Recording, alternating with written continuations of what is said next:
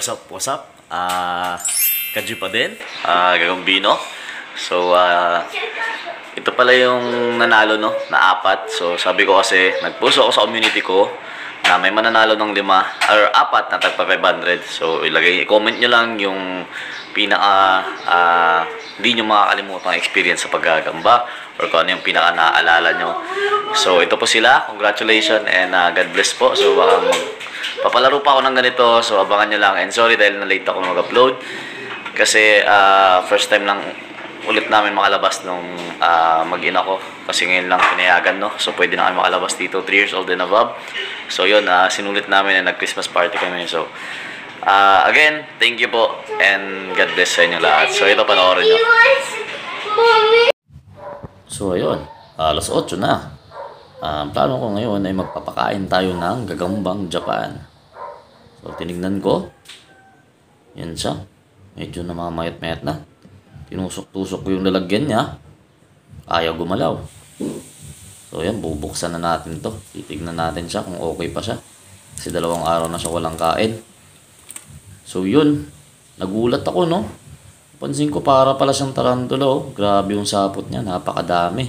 So, yan na siya, oh. Napapansin nyo. So, gusto ko siyang hawakan. Yan. Nahawakan ko na siya. Nahawakan na natin, no? So, yung sa ulo niya, hindi pa rin natatanggal. So, yan. Halika dito. Halika dito. Mapit ka sa kamay ko. Maglakad ka. Ayaw, ayaw, ayaw. Yan. Papalakarin na natin. So, yan na siya. Lalakad na siya. Halika dito na makita nila kung gaano ka nakalaki.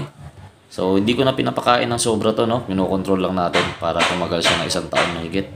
So, yan, napakalaki niya na. Yan, naglalakad na sa kamay ko. So, yun, dali-dali tayong pupunta ng kusina nito. Yan. Oh, sino yan? Makita ko pa si Mrs. Yun, nakadali pa nga na isang halik. Oh, tara. Bilis. Pupunta tayo ng kusina. Ito na, yung rep. Yung rep, tubox na natin. Yan. Hanapin natin yung hipon. Hop! Napakadami. Napakadami po. Bili ko yung good. Ito na, yung hipon. Ay, sige, ganyan mo na. Yan, tiin ko to sa 3. Poop! Isa pa. Ang napansin ko, napakalaki pa. Tatatarin natin ang maliit yan. Tatatarin natin ang maliit. Pop! Yan na, okay na siya. Yun yung size niya. Ito, may tubig na naka-ready. Tapos tinusok ko yung hipon. Dinang ko sa tubig na parang bola. So yan, ready na pala siya. Ready na siya. Yun, sinubo ko na yung hipon. Napakabait naman, kinagat niya na. At iniwan ko na sa kanya. So yun lang. Mission accomplished. Ganun tayo magpakain mga idol.